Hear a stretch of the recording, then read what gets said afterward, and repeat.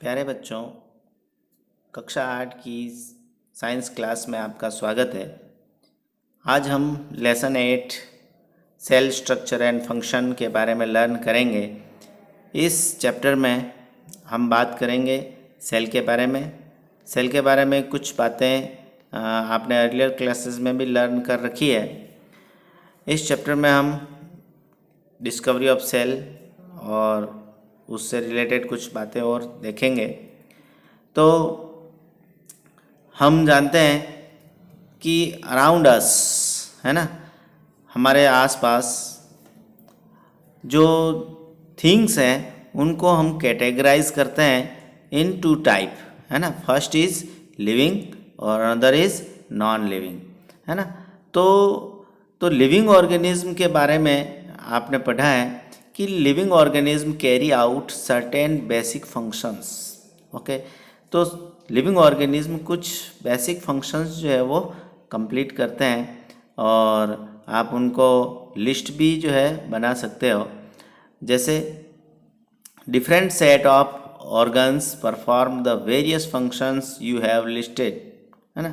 In this chapter you shall learn about the basic structural unit of an organ which is the cell, है ना। किसी भी organs की जो basic structural unit है ना, जिससे उस पर्टिकुलर ऑर्गन्स का डेवलपमेंट हुआ है, उस बेसिक स्ट्रक्चरल यूनिट को हम सेल के नाम से जानते हैं। सेल में भी कंपेयर्ड टू ब्रिक्स, है ना। सेल को किससे कंपेयर किया है, आपने 7th क्लास में भी लर्न किया है, ब्रिक्स से, है ना। तो बहुत सारी मैनी ब्रिक्स जो है वो असेंबल्ड होती है और उस ब्रिक्स से बिल्डिंग का फॉर्मेशन होता है या बिल्डिंग का कंस्ट्रक्शन होता है ना। तो similarly cells are assembled to make the body of every organism, है ना।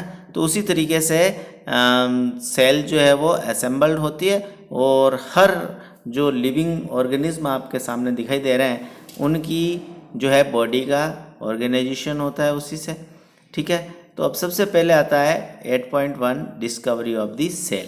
जैसा कि आप फिगर में देख रहे हैं, रॉबर्ट हुक, है ना, एक साइंटिस्ट है जिनका नाम है रॉबर्ट हुक, और उन्होंने 1665 में, है ना, ऑब्जर्व किया। क्या ऑब्जर्व किया कि slice of cork under a simple magnifying device, है ना। तो 1665 में रॉबर्ट हुक ने एक कॉर्क होता है, उस कॉर्क की एक पतली सी, स्मॉल सी, थिन सी, है ना, एक स्लाइस उन्होंने कट की और उसको एक मैग्नीफाइंग डिवाइस के नीचे रख करके उसको ऑब्जर्व किया। तो cork is a part of bark of a tree, है ना। ट्री का जो बार्क होती है ना, छाल जिसको अपन बोलते हैं, उसका एक पार्ट होती है कॉर्क, है ना। तो he took thin slice of cork and observe them under a microscope. फिर उसको माइक्रोस्कोप के नीचे रखा और उसको ऑब्जर्व किया। तो ही नोटिस्ड, है ना, पार्शियन बॉक्सेस, है ना, पार्टीशंस बॉक्सेस और compartment in the cork slice. तो उन्होंने इस चीज़ को ऑब्जर्व किया। वहाँ पर क्या ऑब्जर्व किया, पार्टीशंस, है ना। ऐसे उनको ऐसा लगा कि उसमें बहुत सारे ऐसे बॉक्सेस बने हुए हैं जो एक दूसरे से सेपरेट है या उनका पार्टीशन हो, है ना। तो एक कंपार्टमेंट जैसा उनको उसमें ऑब्जर्व हुआ, ठीक है। तो ये 8.1 जो दे रखा है, cork cell as observe by Robert Hooke. Robert Hooke ने कॉर्क सेल को ऑब्जर्व किया, उसको दिखा रखा है यहाँ पर। These boxes appeared like a honeycomb, है ना। आपने हनी कॉम्ब देखा कि नहीं देखा, मधुमक्खी का छत्ता, है ना।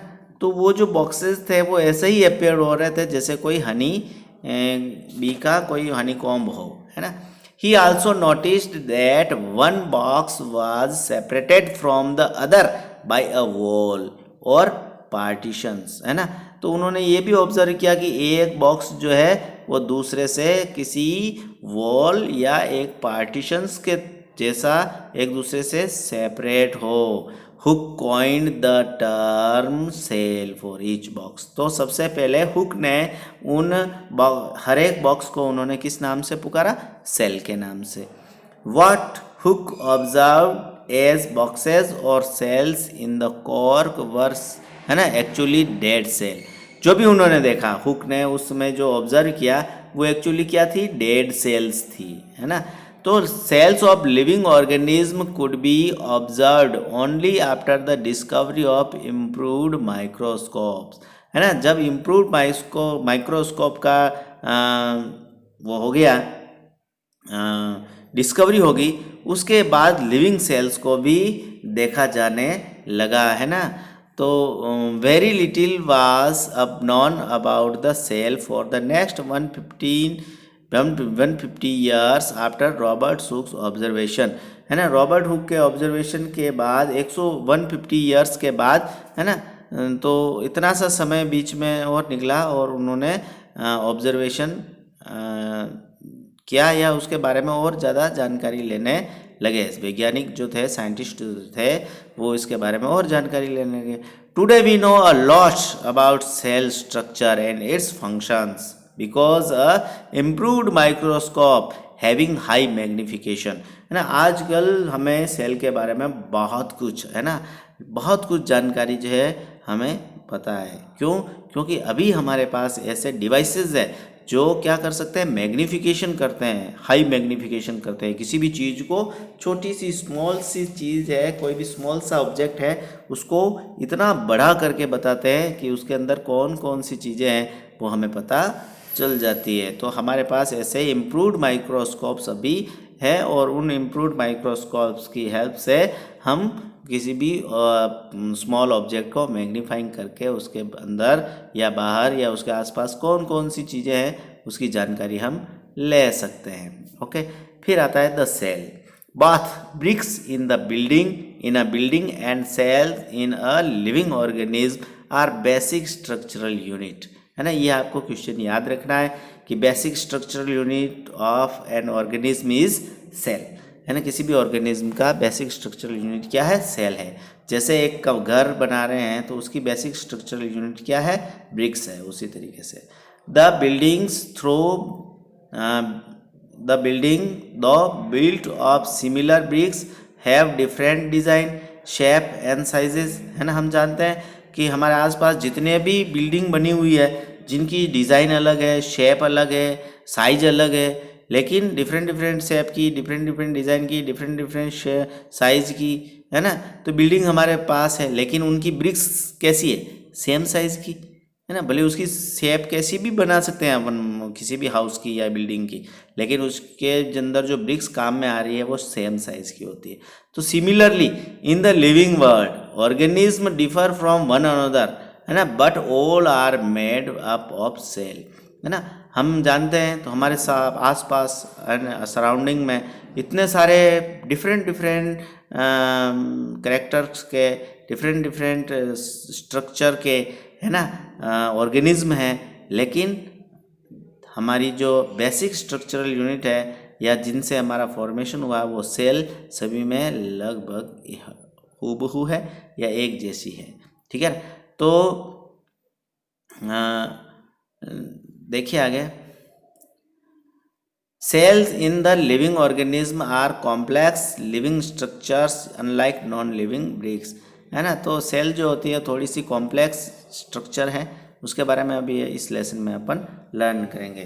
तो पहली कुछ कह रही है, a hen's egg can be seen easily, it is a cell और अ ग्रुप ऑफ सेल, है ना। तो पहली कह रही है कि ये हैन का जो एग है वो हम उसको इजीली देख सकते हैं, है ना। हम इजीली उसको क्या कर सकते हैं, देख सकते हैं। तो क्या ये एक सेल है या ग्रुप ऑफ सेल है ना। जैसे कि आप इसमें देख सकते हो फिगर 8.2, है ना। इसमें आप देखेंगे ये ए जो है वो ब्रिक वॉल है और बी जो है वो ओनियन पील है।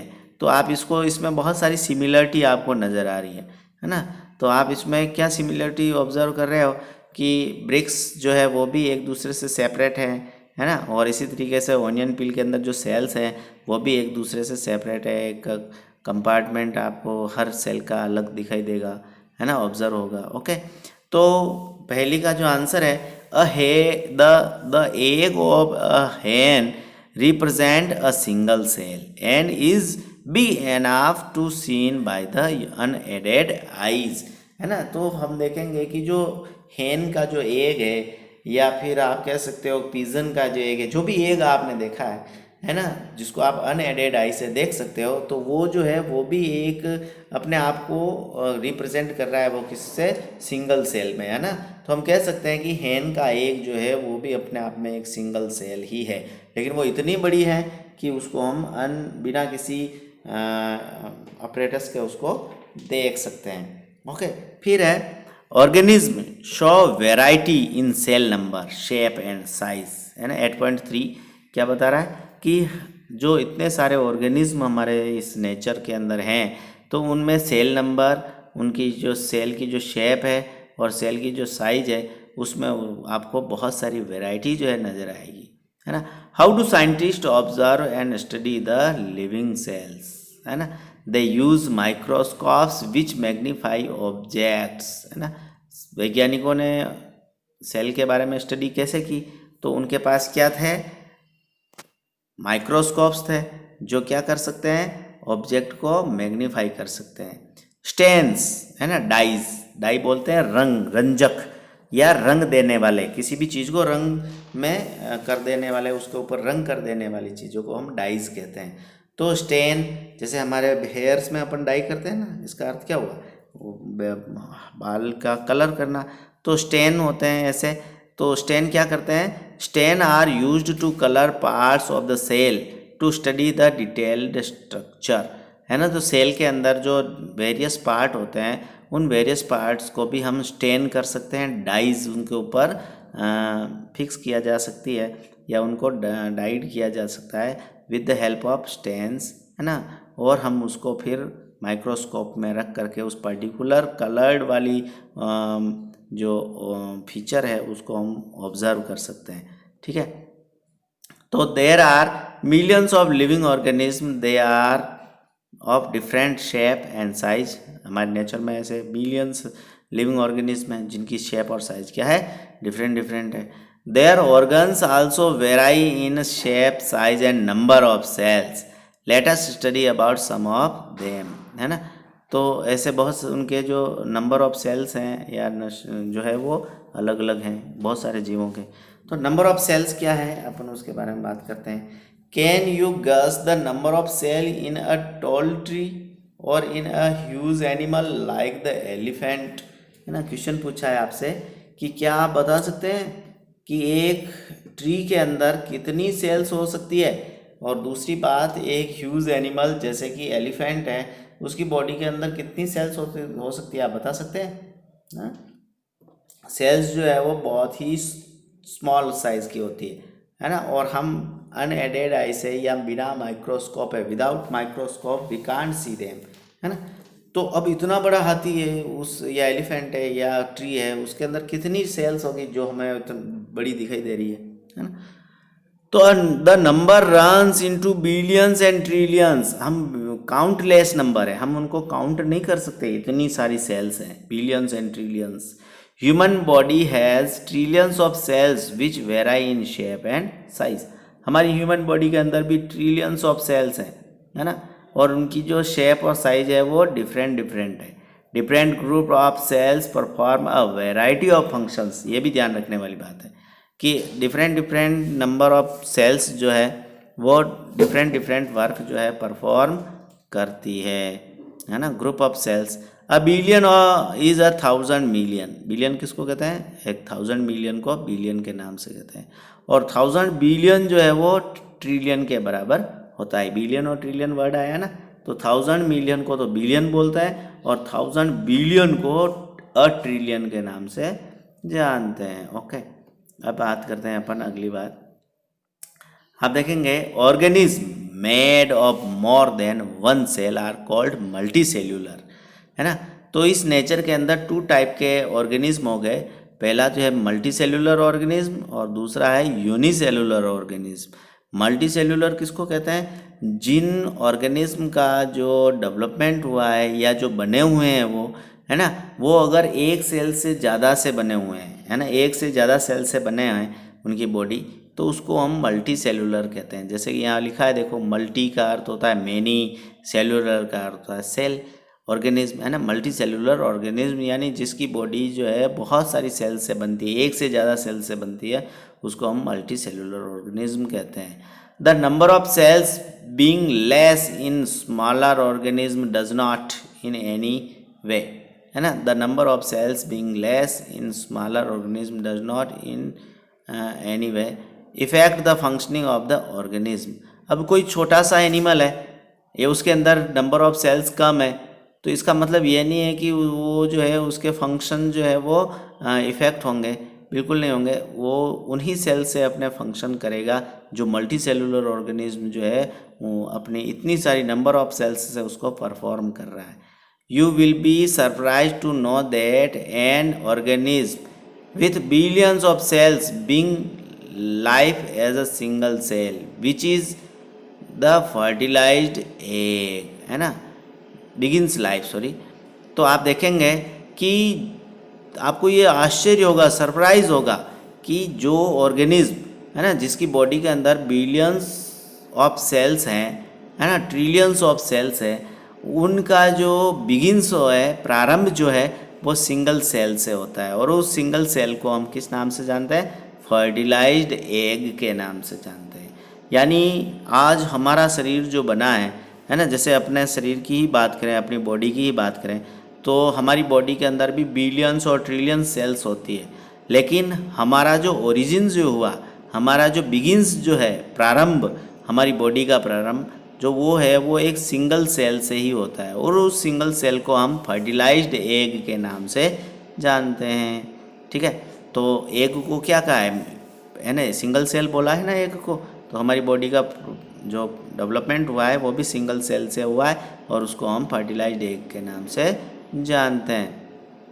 The fertilised egg cell multiplies and the number of cells increase, है ना, एज डेवलपमेंट प्रोसीड, है ना। जैसे जैसे डेवलपमेंट होता है वैसे वैसे वो सिंगल सेल जो है वो क्या होती है, मल्टीप्लाई करती है ना। एक सेल से दो हुए, दो से चार, चार से आठ, है ना, 8 से 16, 16, है ना, 16 से 32, 32 से 64, 64 से 128, इस तरीके से, है ना, मल्टीप्लाइज होती रहती है और एक बहुत बड़े बॉडी का फॉर्मेशन करती है। Look at figure 8.3 A and B. आप 8.3 ए और बी को देखें, है ना। Both organism are made up of a single cell, है ना। आप देखेंगे ये the single celled organism are called unicellular, है ना। जो सिंगल सेल से जिनकी बॉडी का फॉर्मेशन होता है उन ऑर्गेनिज्म को अपन यूनिसेलुलर कहते हैं। और जिनमें एक से ज़्यादा जिनकी बॉडी में एक से ज़्यादा सेल्स हैं उनको हम मल्टी सेलुलर ऑर्गेनिज्म के नाम से जानते हैं। तो हमारी जो बॉडी है वो मल्टी सेलुलर है। और ये जो फिगर आपके सामने दे रखे हैं, है ना, यूनिसेलुलर ऑर्गेनिज्म के, यूनि का अर्थ होता है वन और सेलुलर का अर्थ होता है सेल। तो ये जो ए और बी 8.3 ए और बी फिगर है उसमें ए जो है वो अमीबा का है और बी जो है वो पैरामीशियम का है। दोनों वाटर बॉडी में रहने वाले जानवर है। तो इनका जो डेवलपमेंट होता है वो एक सेल से ही होता है और पूरा लाइफ जो है वो इसी सिंगल सेल से ये कंप्लीट कर लेते हैं। इनको अमीबा और पैरामीशियम के नाम से जानते हैं। तो a single celled organism perform all the necessary functions, है ना, that multi cellular organism perform. तो ऐसा नहीं है कि जो सिंगल सेल्ड ऑर्गेनिज्म है जो है उनके अंदर वर्क जो है वो, जो भी बॉडी का जो वर्क है वो कम होंगे, कम नहीं होंगे। वो ही फंक्शन जो एक मल्टी सेलुलर ऑर्गेनिज्म, है ना, परफॉर्म कर रहा है, वो सभी फंक्शन जो है वो सिंगल सेल्ड ऑर्गेनिज्म में भी अपनी एक ही सेल से कंप्लीट कर लेता है। ओके, तो a single celled organism like amoeba captures and digest food, है ना, ये भी फूड को कैप्चर करता है, उसको डाइजेस्ट करता है ना, रेस्पायर करता है, ये एक्सक्रिएट करता है, ग्रो करता है एंड रिप्रोड्यूस करता है, अपने जैसे नए जीव भी, है ना, पैदा करता है। Similar function in multicellular organism are carried out by group of specialised cells performing different tissue. तो वो फंक्शन जो भी मैंने आपको बताया कि एक सिंगल सेल ऑर्गेनिज्म करता है, वो फंक्शन जो है वो मल्टी सेलुलर ऑर्गेनिज्म भी करते हैं परफॉर्म करते हैं, उनको भी अपनी बॉडी से वो काम कंप्लीट करते हैं, लेकिन उनकी जो मल्टीसेलुलर ऑर्गेनिज्म है उनकी बॉडी के अंदर उन फंक्शंस को कंप्लीट करने के लिए है ना स्पेशलाइज्ड टिश्यू और स्पेशलाइज्ड ऑर्गन्स होते हैं, है ना। तो वो जो टिश्यू है, tissues in turn form organs, है ना। तो सबसे पहले आप देखेंगे सेल्स, और सेम वर्क करने वाली सेल्स मिलकर के टिश्यू बनाती है, और टिश्यूज जो है वो मिलकर के ऑर्गन्स बनते हैं, और ऑर्गन्स मिलकर के बॉडी का फॉर्मेशन होता है। तो बेसिक चीज़ हो गई सेल, सेल से टिश्यू, टिश्यू से ऑर्गन्स, ऑर्गन्स से बॉडी, है ना। द टीचर में show a permanent slide of amoeba and paramecium under a microscope, है ना। अपनी लैब में भी ये अमीबा और पैरामीशियम के स्लाइडें पड़ी हुई है, आप जब भी विद्यालय आएंगे हम आपको ये बताएंगे। तो alternately the teacher can collect pond water and show these organism by preparing the slide. हम पॉन्ड वाटर को भी कलेक्ट करके इन अमीबा और पैरामीशियम की स्लाइड बना सकते हैं।